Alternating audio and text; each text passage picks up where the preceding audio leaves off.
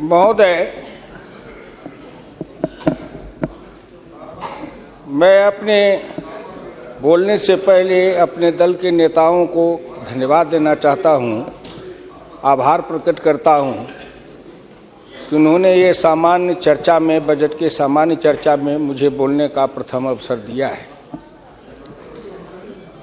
शहर से ही मैं गांव का किसान हूं,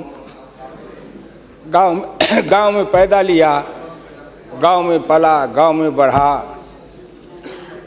किसी तरह से राजनीति के धारा में चलते चलते यहाँ तक मैं पहुँच गया। लेकिन जब कभी मैं खड़ा होता हूँ तो मेरी नज़र वहीं रहती है। चौधरी चरण सिंह जब भारत के प्रधानमंत्री बने तब भी उन्होंने मुझे एक बार कहा था कि हुकुमचंद,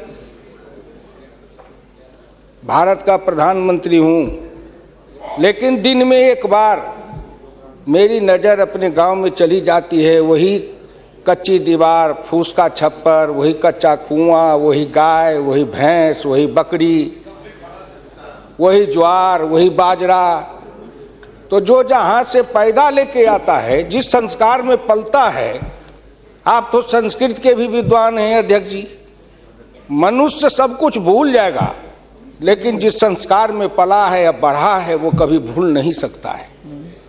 तो मैं तो उसी संस्कार में पला हूँ, बढ़ा हूँ। मैंने गोबर देखा, मैंने बकरी की गिनती की, मैंने भैंस की गिनती की। अब संजोग से लोकसभा में आया हूँ तो वो आंकड़े की गिनती करनी पड़ती है। Fiscal deficit, revenue deficit. अब मेरे जैसा आदमी उसमें उलझ जाता है कि बकरी गिनूं कि भैंस गिनूं कि डिफिसिट गिनूं।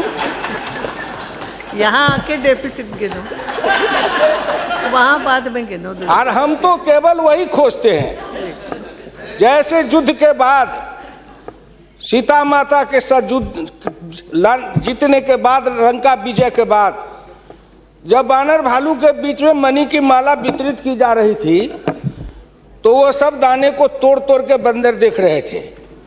सब हंस पड़े बड़े लोग कि आखिर बंदर बंदर तो है, ये माले क्यों तोड़ रहा है। पूछा कि तुम इस दाने को क्यों तोड़ रहे हो? तो कहा मैं इस हर दाने में सीताराम की मूर्ति देखना चाहता हूँ, और जिस दाने में सीताराम की मूर्ति नहीं हो मेरे लिए निरर्थक है।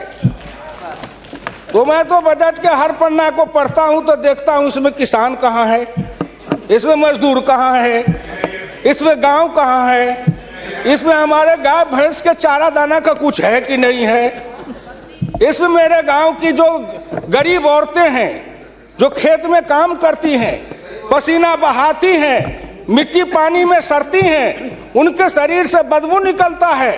जीवन में कभी एक बार भी उनको लक्स और कौन रेक्सोना साबुन, कौन ये लिपस्टिक पाउडर, ये छूने का, देखने का अवसर नहीं मिलता है।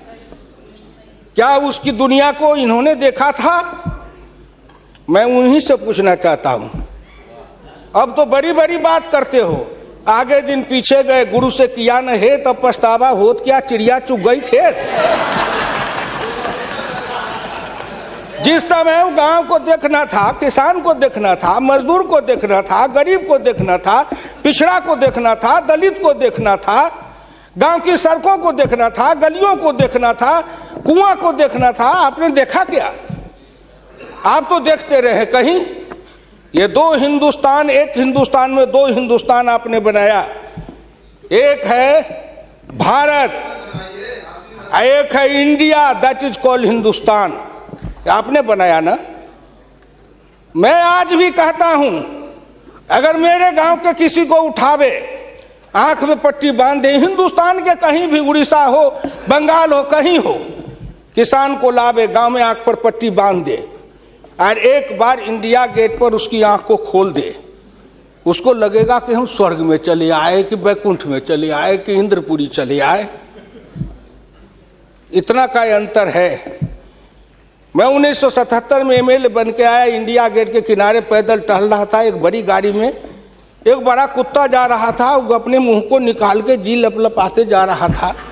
मैं गांव का आदमी खड़ा होकर सोचने लगा कि कुत्ता जरूर कुछ कह रहा है।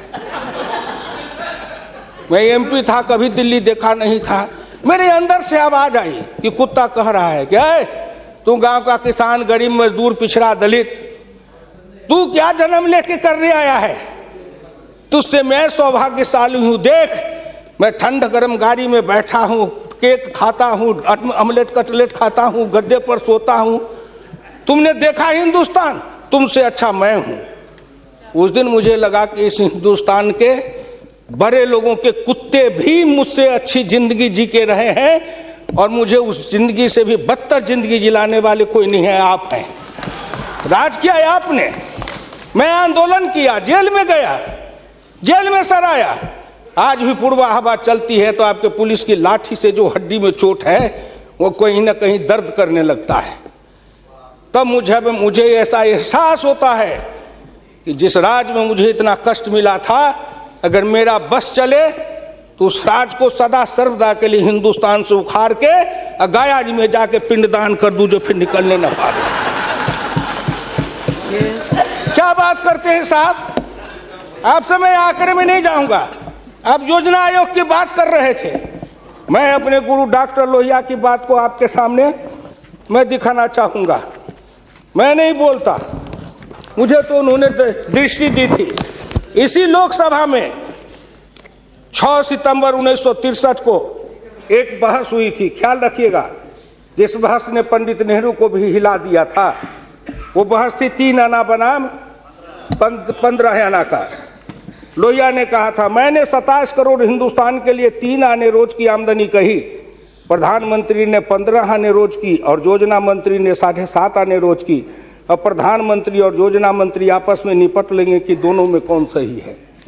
यही आंकड़े हैं योजना आयोग के। प्रधानमंत्री का 15 आना, योजना आयोग के मंत्री का है 7.5 आना। जिस योजना आयोग को यह भी नहीं पता 15 आना सही कि 7.5 आना सही, प्रधानमंत्री सही कि योजना मंत्री सही, उसी योजना आयोग को सर पर ढोते रहो। जो दर्शन करना चाहिए तो दर्पण माजत रहिए, दर्पण में लगा काई तो दरस कहां से पाई। क्या बात करते हैं साहब? इस हिंदुस्तान में अगर किसी का में प्रधानमंत्री जी बैठे हैं, मैं भुक्तभोगी हूं, जिस रोग से मैं पीड़ित हूं, कहीं ना कहीं उस रोग से आप भी पीड़ित हैं। बीरप्पा मोइली जी, आप भी पिछड़े वर्ग से हैं, मैं भी पिछड़े वर्ग से हूं। का दुख जाने दुखिया की, का दुख जाने दुखिया माए, जाके पैर न फटे बीमारी, सोका जाने पीर पड़ाई। आपके मल्लिकार्जुन जी भी उसी दलित समाज से हैं। आपने सामाजिक पीड़ा को झेला नहीं है, भोगा नहीं है। इस हिंदुस्तान में अगर सबसे बड़ा कारण और सबसे बड़ी चीज अगर रही है सनातन काल से, तो वह हिंदुस्तान की जाति प्रथा। उस जाति प्रथा के कारण क्या क्या नहीं भोगा हमने और क्या नहीं भोगते हैं।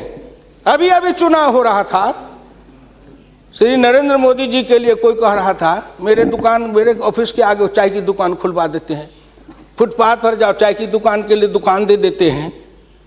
और कुछ कहने के लिए नहीं मिलता है लोगों को?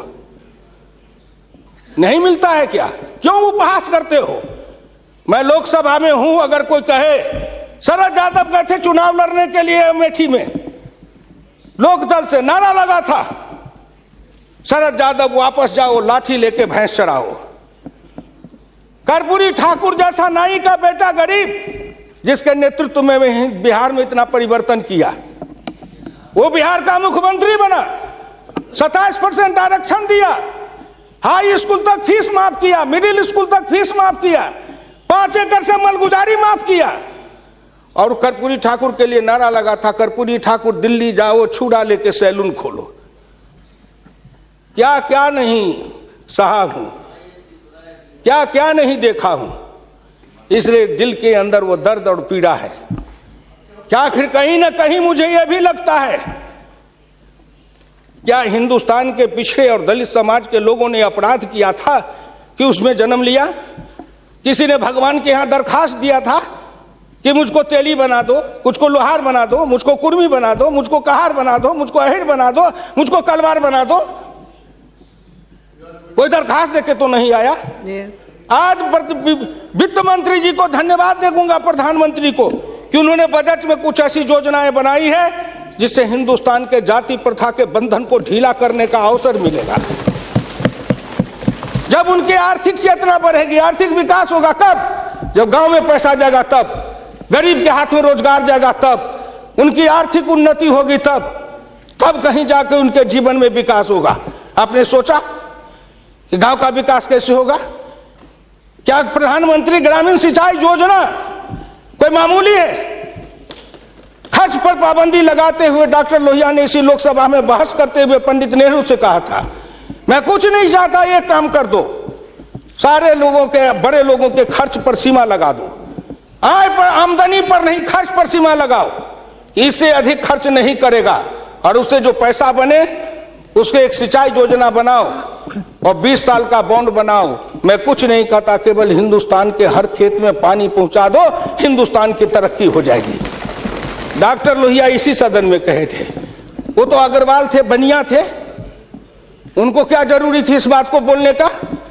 लेकिन मैं कहता हूं कि हिंदुस्तान के गरीब, निर्धन, निर्बल और पिछड़ों का इस युग में अगर एकमात्र राजनीतिक मसीहा पैदा कोई लिया तो डॉक्टर राम मनोहर लोहिया थे, जिन्होंने जगाया, नेतृत्व को पैदा किया गांव के गली से। इसलिए मैं आपसे विनम्र प्रार्थना करना चाहता हूं कि अगर प्रधानमंत्री ग्रामीण सिंचाई योजना से हर खेत को पानी, हर हाथ को काम, दीनदयाल उपाध्याय जी ने कहा, डॉक्टर लोहिया ने कहा, 1 बीघा खेत और 1 गाय, अपनी खेती अपनी राय। हम तो ये लड़ते आ रहे हैं और आज वो सपना साकार हो रहा है। इसलिए मैं आपसे विनम्र प्रार्थना करना चाहूंगा कि सवाल है दृष्टि का, दिशा का और संकल्प का। आपकी दृष्टि कुछ और थी, अब दृष्टि बदली है।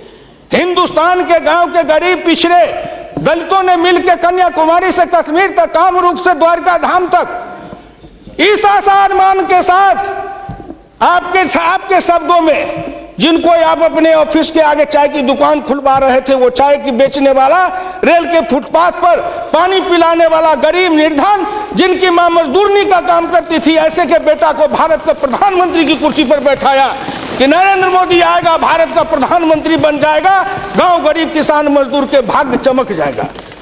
उन्होंने इसलिए सपना को देखा है। प्लीज। वो हो जाएगा क्या? ये 9 महीना में हो जाएगा।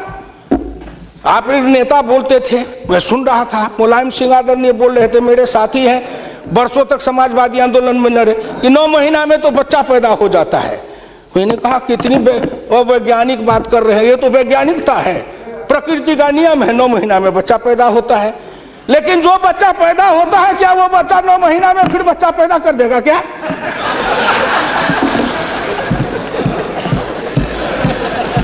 कितनी आप वैज्ञानिक बात बोल रहे हो? इस सरकार का 9 महीना हुआ, 10 महीना हुआ, सरकार पैदा हुई, अब क्या सोचते हो? आप क्या सोचते हो? इसलिए आपसे मेरी विनम्र प्रार्थना है कि संभलो, अभी भी आप संभलिए, प्लीज अभी आप संभलिए। आप बजट को क्या समझते हो? आप बसीर रहिए। मैं वीरप्पा मोइली साहब नहीं हूं। वीरप्पा मोइली साहब आंकड़े बता रहे थे, मैं उन आंकड़ों का जवाब दे रहा हूं कि आपने इतने दिन ये आंकड़े अब हमको पढ़ा रहे हैं। आपने क्या आंकड़े पढ़े थे? आपने आंकड़े पढ़े?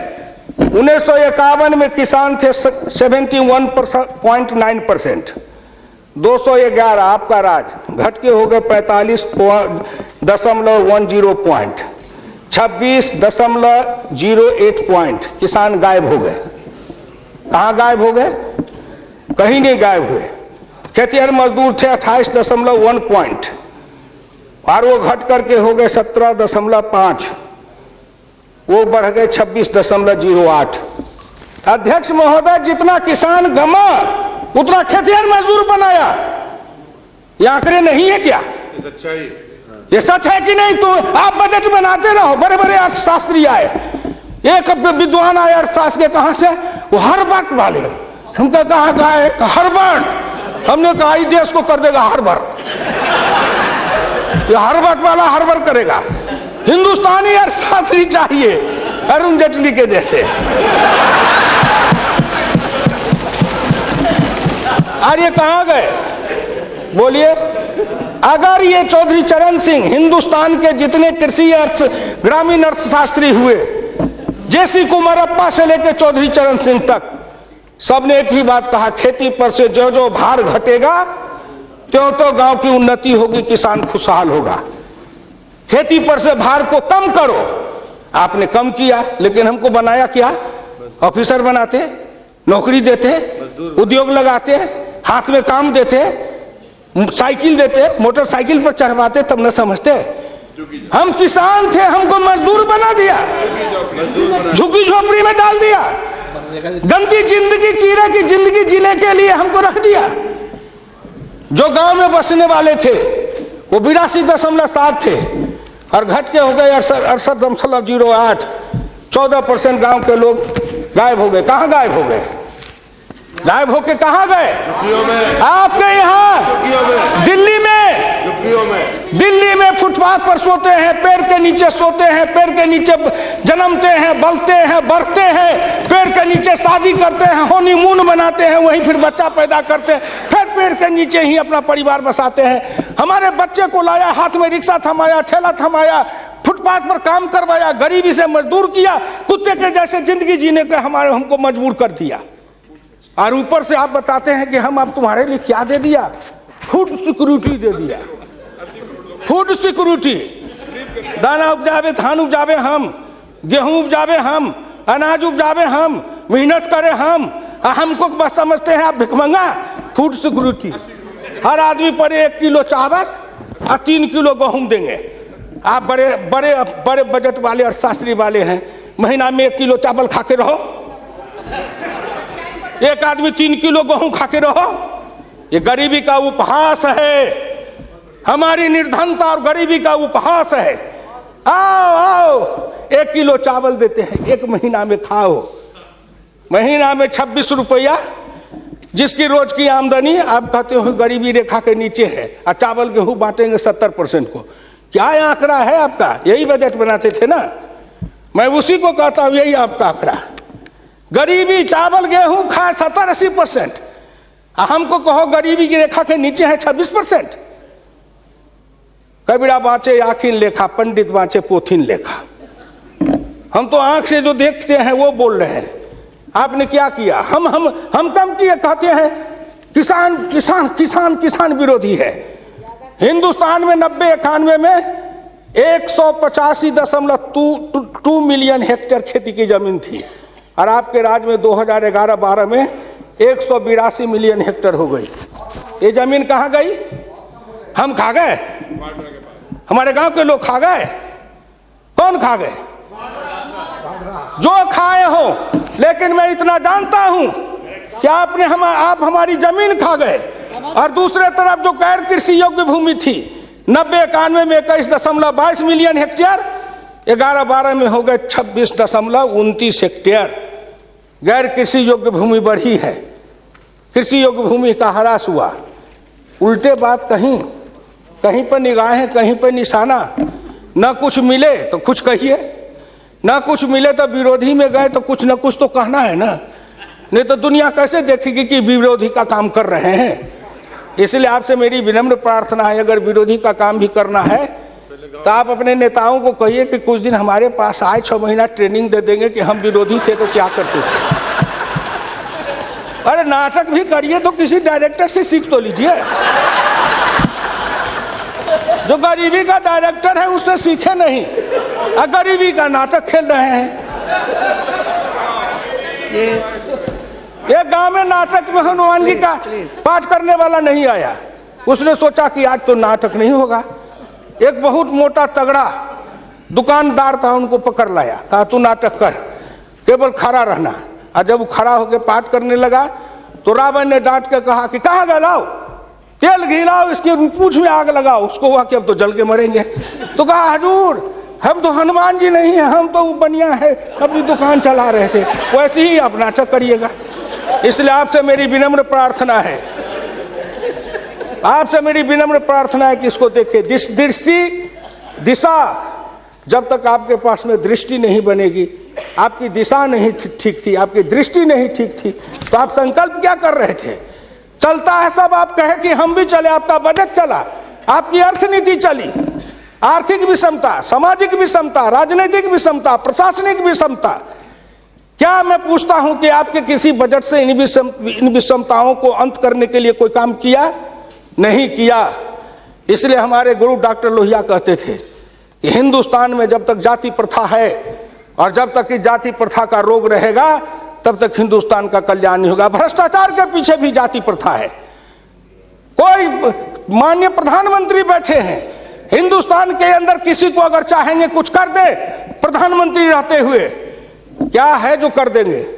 जिस जात का सरकारी नौकर होता है, मैं भी इतने दिन तक 54 वर्ष रह के देखा, मंत्री रह के देखा, जिस जात का सरकारी नौकर, उसके ऊपर कलम उठाइए तो उसके जात का न जाने कहां से कहां सभी जगह से लोग आ जाते हैं उसको बचाने के लिए।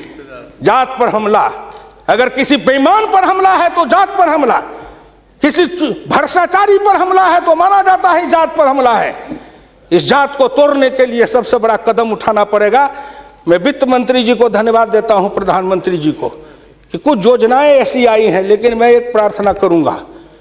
हमको कहते हैं कि आरक्षण की बात मैं कहता हूं शुरू दिन से, सदन सहमत हो और आप भी सहमत हो तो प्रधानमंत्री जी से कहूं कि तुरंत लागू करिए, लेकिन इसमें सहमति का सवाल है, राष्ट्रीय सहमति, सदन की सहमति, आपकी सहमति।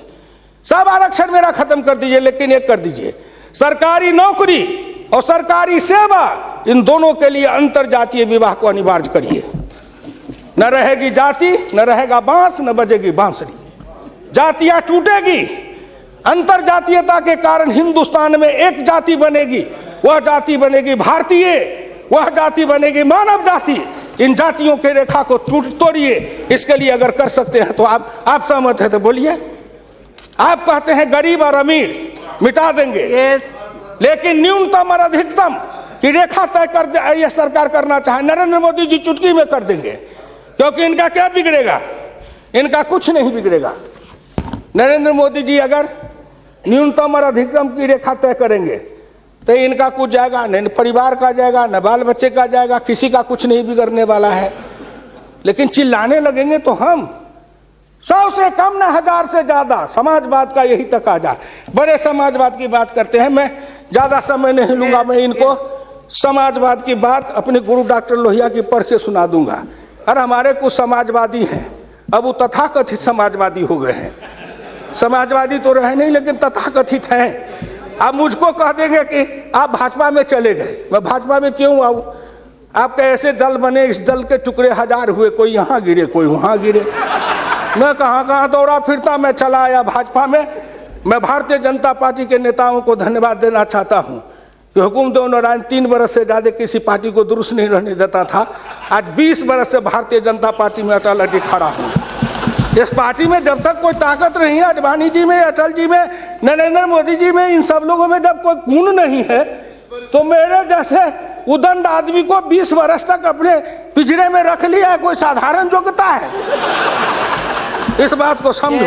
मैं आखिरी में कहूंगा अध्यक्ष महोदय, समाजवाद हर किसी से सिद्धांत की तरह एक होता है थोक, एक होता है फुटकर, एक होता है सगुन, एक होता है निर्गुण, एक होता है सिद्धांत, एक होता है कार्यक्रम। समाजवाद से एक सीढ़ी नीचे उतरो, उस सीढ़ी का नाम है बराबरी। उस बराबरी से एक सीढ़ी नीचे उतरो। गौर करिएगा कौन कौन बराबरी? आर्थिक बराबरी, सामाजिक बराबरी, राजकीय बराबरी, धार्मिक बराबरी। उससे एक सीढ़ी और नीचे उतरो, तब उसके बाद आएगी समता, संपूर्ण समता, संभव समता। तब एक सीढ़ी और नीचे उतरो, तब अधिकतम और न्यूनतम की सीमा लगाओ। ये धार्मिक बराबरी की भी बातें भी की गई है। अगर हम धार्मिक बराबरी पर जी समाप्त करेंगे, अगर धार्मिक बराबरी पर मुझे कहा जाए तो मैं कहने लगूं तो कितनी अपनी पीड़ा सुना दूंगा कि धार्मिक बराबरी इस देश में कैसी है। उसके संबंध में मैं ज्यादा समय नहीं लेकर के केवल आपके सामने मैं सुना देना चाहूंगा। समन्वय दो तरह का होता है, एक दास का समन्वय, एक स्वामी का समन्वय। मैं नहीं कहता, महान समाजवादी अर्थशास्त्री डॉक्टर लोहिया ने इसी सदन में 26 मार्च 66 को कहा था। गौर से शब्दों को सुनिए। समन्वय दो तरह का होता है, एक दास का समन्वय, एक स्वामी का समन्वय। पिछले 1000 बरस के इतिहास से हिंदुस्तान ने स्वामी का समन्वय नहीं सीखा, वह एक दास का समन्वय रहा है। मैं तो श्री नरेंद्र मोदी जी सरकार से कहूंगा कि 1000 साल से भारत दास भाव से सांस्कृतिक समन्वय में रहा है। अगर वो स्वामी भाव का समन्वय में भारत आना चाहता है तो क्या अपराध है। इसलिए उन्होंने कहा इस संबंध में मैं खाली परदेशियों को ही दोष नहीं देता, उनके सबब से जितने भी इतिहासकार हैं वे सभी जहर में बिल्कुल घुल जाते हैं। आज भारत के 2 इतिहास के स्कूल हैं, एक डॉक्टर ताराचंद, एक डॉक्टर मजुमदार, एक और है जो दोनों के दोनों इसी समन्वय धारा के हैं, विविधता धारा के हैं। भारत क्या है उसको भूलकर भारत के जो विभिन्न अंग है उनकी तरफ निगाह चली जाती है। क्या बात करते हैं साहब। तो इससे मेरी विनम्र प्रार्थना है सदन से, अध्यक्ष महोदय, मैं हाथ जोड़ के प्रार्थना करता हूं सदन से भी, और इस लोकसभा के चैनल को हिंदुस्तान के करोड़ों लोग देख रहे हैं। मैं उन गांव के गरीबों, किसानों, मजदूरों से कहता हूं, गांव गरीब, मजदूर, किसान, पिछड़ा, दलित और नौजवान, मिलके देश बनाओ, आओ देश बनाएंगे। और नरेंद्र मोदी के प्रधान रहते हुए एक बार नहीं, अगर हिंदुस्तान में आपने जितने दिन रहा, एक बार में तो थोड़ी सी रेखाएं बनाई जाएगी, दूसरे बार में मिट्टी डालेंगे, तीसरे बार में तब न पिचिंग करेंगे। तो हमको भी आपको इतना समय दिया, तो मैं गांव गरीब, किसान, मजदूर, पिछड़े, दलित, इन सब से हाथ जोड़ के प्रार्थना नौजवानों से करना चाहता हूं, आओ कदम में कदम मिलाओ, मिलके हिंदुस्तान को बनाओ, सफर समता लाएंगे, आर्थिक समता, सामाजिक समता, राजनीतिक समता। अगर इन्होंने मुझको 12 रुपया महीना पर जीवन बीमा कर दिया तो बड़े लोगों का कलेजा फटने लगा कि 12 रुपया में सबको जीवन बीमा कर रहे हैं। खेत में काम करेंगे, बीमार पड़ेंगे, मरेंगे, तो हम जिम 1 रुपया, हाँ 12 रुपया साल, 12 रुपया साल, 1 रुपया महीना। तंबाकू का गुटखा भी खाते हैं तो 3 रुपया में मिलता है, उससे भी सस्ता जीवन बीमा इस सरकार ने दे दिया गरीबों को। कलेजा तो इसलिए फट रहा है, कलेजा में दर्द इसलिए है, इन्होंने जो और योजनाएं चलाई, गाय के पशुपालन के लिए, गाय के उत्थान के लिए योजना, इत्यादि इत्यादि कई योजना है, क्या गिनाऊं। हरि अनंत हरि कथन अनंत। मुद्रा बैंक बनाए, उसमें छोटी इकाई वाले को कर्जा देंगे, छोटी इकाई, वो छोटी इकाई का जो गांव वाला कर्जा खाएगा उसको किसको देंगे ये। इसलिए आपसे मेरी विनम्र प्रार्थना है कि 1 सेकंड में, 1 मिनट में इस बात को कह के खत्म करूंगा। राष्ट्रीय नमूना सर्वे के मुताबिक देश में 5.70 करोड़ उद्यमी हैं, इनमें 11 लाख करोड़ रुपए की पूंजी लगी हुई है, इनसे 12 करोड़ लोगों को रोजगार मिल रहा है। लेकिन इस क्षेत्र के उद्यमियों को पूंजी में कर्ज का हिस्सा केवल 4% है, जबकि अनुमान के अनुसार बीते 22 वर्षों में बड़े उद्योग में 50 से 60 लाख करोड़ रुपए की पूंजी लगी हुई है, इनसे मात्र 22 लाख लोगों को रोजगार उपलब्ध है। ये छोटे उद्योग, बढ़ई को, लोहार को, कुम्हार को, हजाम को, ये जो छोटे छोटे, ये जाति छूटेगी इससे। जाति आधारित हिंदुस्तान में पेशा है और पेशा के आधार पर जाति बनाया गया। अब इन रोजगार के जरिए उनके हाथ को काम देंगे, उन छोटे उद्यमियों को रोजगार देंगे। इनके कलेजा में दर्द हो रहा है कि नरेंद्र मोदी आया है, मुद्रा बैंक बनाएगा, गांव के गरीबों के हाथ में रोजगार जाएगा। ये गरीब बनेंगे पहलवान, गरीब बनेंगे विद्वान, गरीब बनेंगे बुद्धिमान, गरीब के हाथ में दम ताकत आएगी तो आपके आगे शर्म गच्छामी नहीं होंगे, न फूड सिक्योरिटी खाएंगे, न मनरेगा खाएंगे। हम अपने पसीना और पुरुषार्थ से, अपनी कमाई से इस देश को बनाएंगे। हम आपके भिखमंगा बन के जिए हैं, अब हम स्वाभिमान के साथ जिंदा रहना चाहते हैं। इसलिए मैं भारत के प्रधानमंत्री और वित्त मंत्री को धन्यवाद देता हूं। बहुत बहुत धन्यवाद।